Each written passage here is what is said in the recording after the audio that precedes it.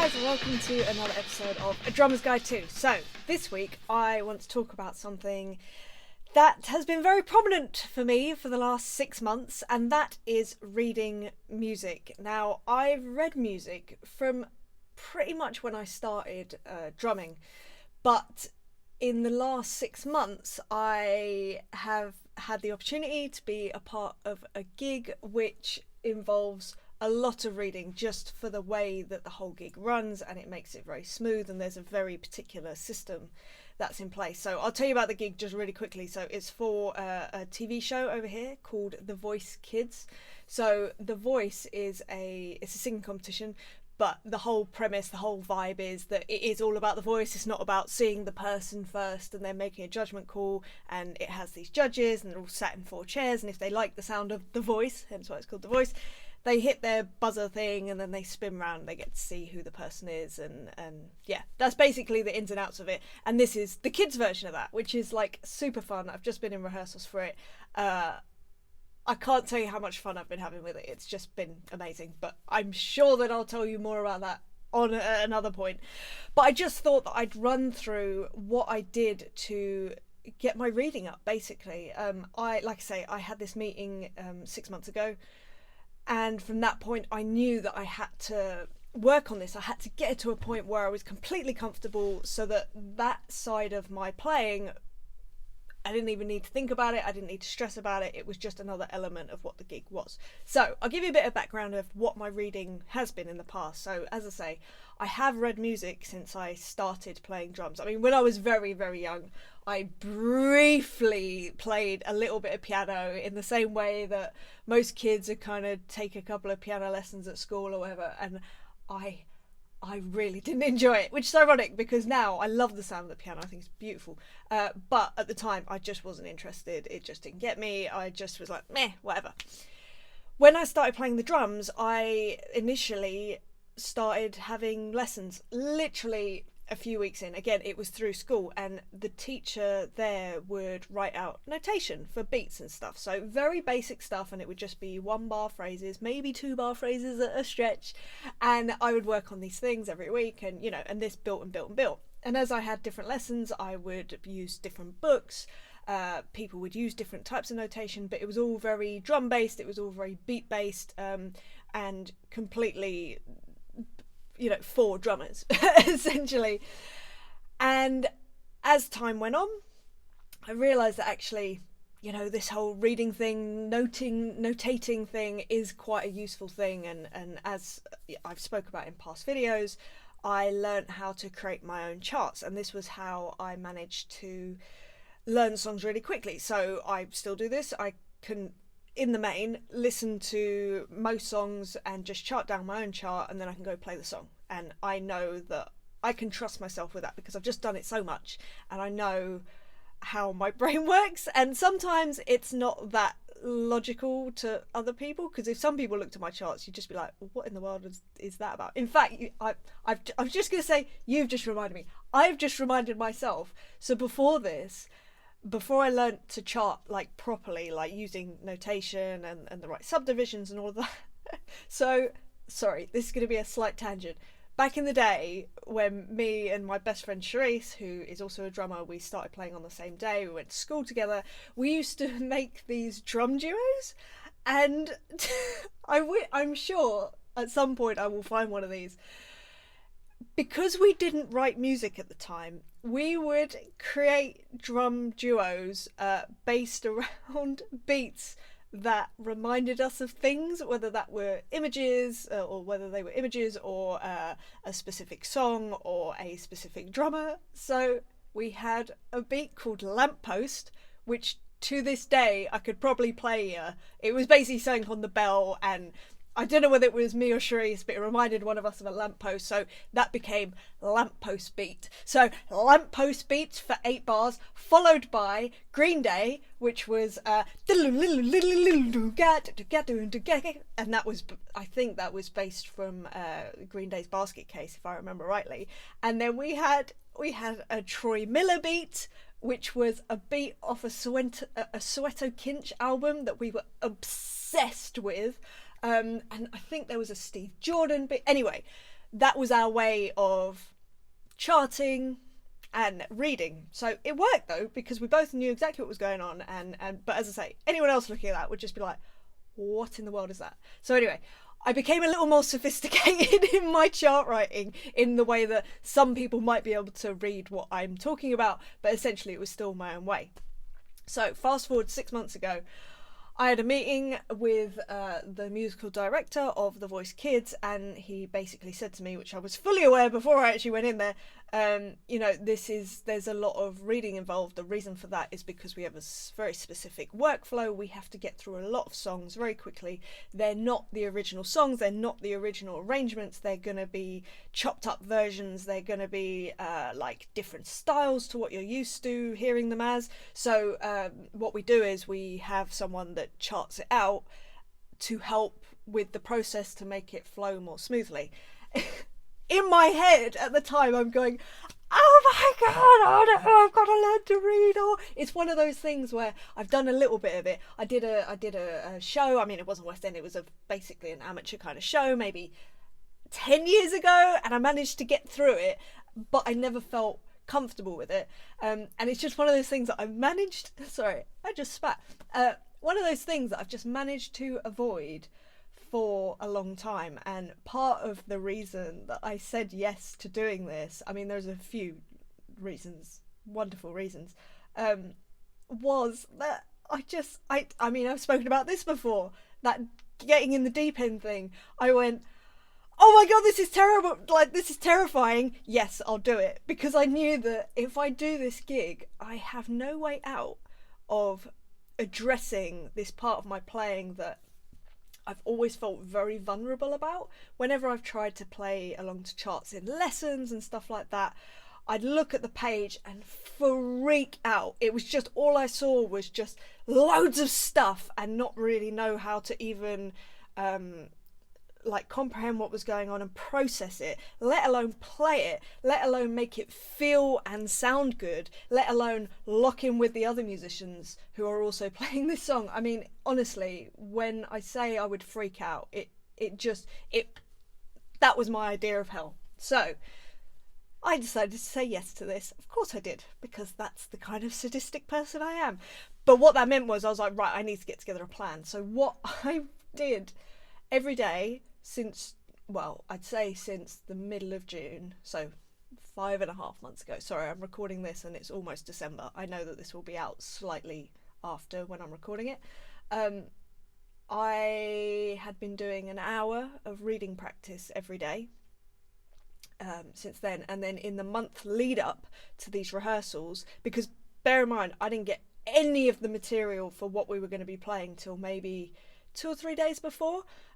So the month leading up to the rehearsals, I did 3 hours a day, and I started out just trying to work out what the best thing to practice would be to get the most information, the best results going into this situation. So, and I tried out a bunch of different stuff. I'm really lucky, in fact, I had the previous year's charts to look at, which was amazing, and so happy about that.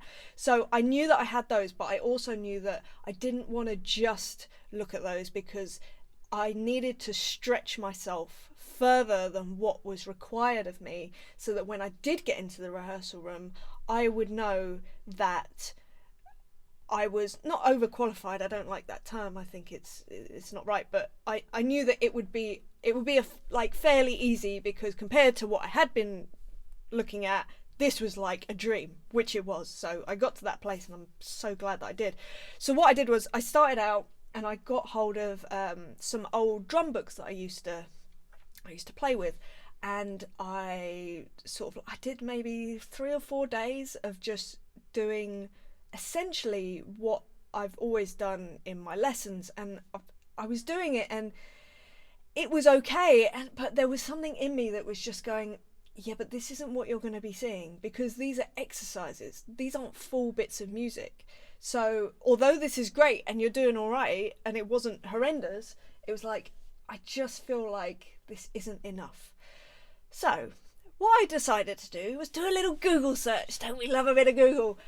And I looked up drum charts. Basically, people that had charted out songs, and I found maybe 5 or 6 different websites that offered free drum charts, which I later donated to because obviously they helped me so much. And every style of chart, like from the 6 different websites, every style was different, the way it was written for various reasons. The intensity of the parts were different. So some of them would be a rough idea of what the beat was. Some were literally every single little note that was played, every little ghost note. Some of them had 2 parts because it was like electronic drums and acoustic drums. And it was just these varying degrees of complexity. And that was the same for the songs as well. Some of the songs were things like Cardi B, very like modern, what I would consider modern songs. Some of them there were some Led Zeppelin tunes in there. There were some Jeff Buckley tunes in there. There was some heavy metal sort of stuff like Deftones, and there was a real array of stuff. And I didn't even really look at what the songs were because it was almost irrelevant to me, because that wasn't why I was playing them. The point was I wanted to be reading them. So then what I did was I created a playlist. I got together 300 charts, and I made a playlist of every single song that was on that. And then what I would do is go into my studio, and I would, for an hour a day, which then became 3 hours a day, I would look at the chart, play it, record it, listen back, see how I did, adjust. And when I initially started doing it, some of the charts were very simple I mean that in the nicest way possible. So I found the transition from my own charting to their charting a lot easier, which was wonderful. And when those charts came up, I was always just like, oh, this is so good. Oh, I'm so happy. But then the next one would be one of these very intricate ones, which, initially when I started doing it, they would freak me out, like in the same way that I said they would freak me out before. But the more that I did them, and the more that I mixed it up with these easier charts, then a harder chart, then there was like a medium chart, and just by default it just happened that way. Gradually those harder charts, as they became less and less scary, and I understood them more and more the more that I did it. So I would do this every day. I would be practicing to this. Then once a month I would go back to the last season of The Voice Kids, of which I did have the charts, and I had this I still have this monster Logic session, which has, I think it's 72 songs of these edits, these songs, these versions of these songs, where they're all the clicks are all mapped in, so that all the clicks are running with the song in the right way. They all come in the right way that the chart dictates. And once a month I would record myself playing to these specific charts, which were going to be very, very similar to the ones that I was going to be using on the show. So I did this first of all before I'd done any reading, just so I had a baseline.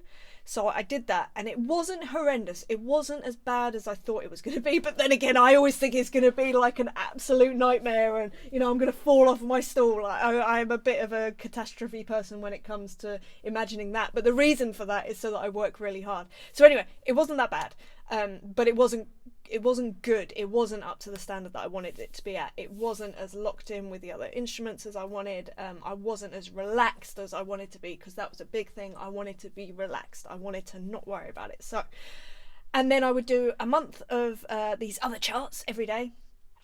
And then on the first week of the next month, I would do the previous season again and see how I did this time. And gradually I could and I was recording this every day I was recording. I still have all the bounces saved of all the days, and I would just literally notice that I was getting better. The way I was feeling about it was getting better. I was coming from a place of, oh my god, these terrifying things that I have to play and to, I mean, I laugh at myself because I just think I'm a bit of an idiot, but I was going, it's a good thing these charts, isn't it? I mean, who'd have thunk it? That's a really good idea. I can play a song, having not heard it, and play the song. This is amazing. This has cut my learning time in half. If you want to talk about learning songs quickly, I mean, this is amazing. So anyway, that's kind of the journey that I've had in the past 6 months, and as I say, I upped it to 3 hours a day, leading up to these rehearsals, and consequently, when I got into rehearsals, and I've just finished the second week of rehearsals, it was a dream. Like, I enjoyed it so much, because I got to this point where I was like, look, this is me speaking to myself in my head. I was just going, right, you know how to play. You've been doing that for over 20 years now. The charts thing, you're fine with it. Like, you can do this. You can actually, like, you've proved to yourself. You've been doing this every day for 6 months. There's no way that you can't do this. The musicians around you are amazing.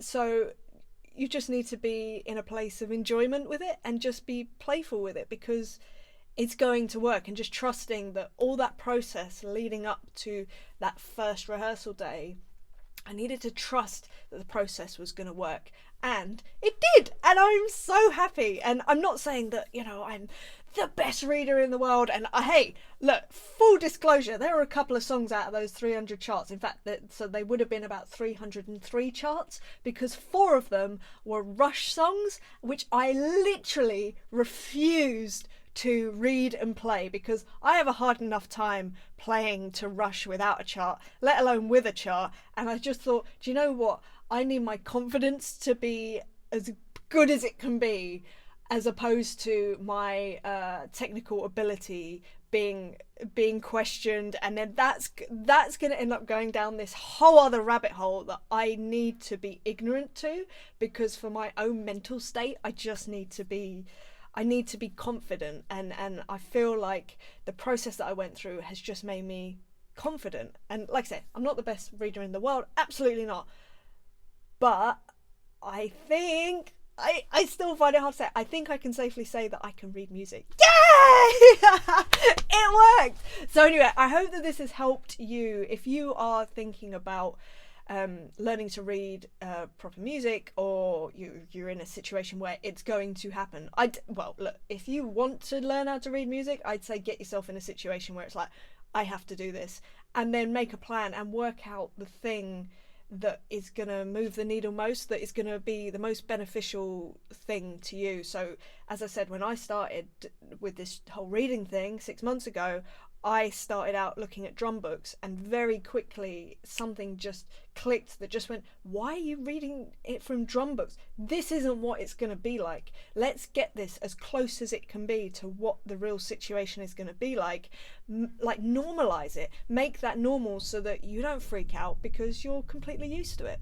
So anyway, I hope this has helped you in some way, and if you are learning to read, keep going, get as many charts as you can. Turns out I actually quite like it, and it's kind of fun, and I feel like I've really grown as a musician, and to feel this kind of growth, I'll be honest, I haven't felt like this for a very long time. You know, when you start playing an instrument, those massive growth things, they happen so often because everything's new and amazing, and you just want to be able to do this and do that, and what's this, and everything's amazing. And yeah, that's the feeling that I've had, and I haven't felt that way about my playing, and I feel like I've just had this revelation, and it's been wonderful. And yeah, the whole experience has been amazing. It's been hard. Don't get me wrong, I know I'm sitting there going, it's so great. It was difficult, there were some moments, but I'm through the other side, and yeah, it all worked out really well. So anyway, I'm gonna love you. I'm gonna leave you. If you have any questions yourself that you'd like me to answer at all, please leave them in the comments as usual. And look up any other videos that I've done on any other subjects. You can go to www.adrummersguide2.com, and I will see you next week for another subject. All right, lots of love, you guys. Mwah. See you later. Bye.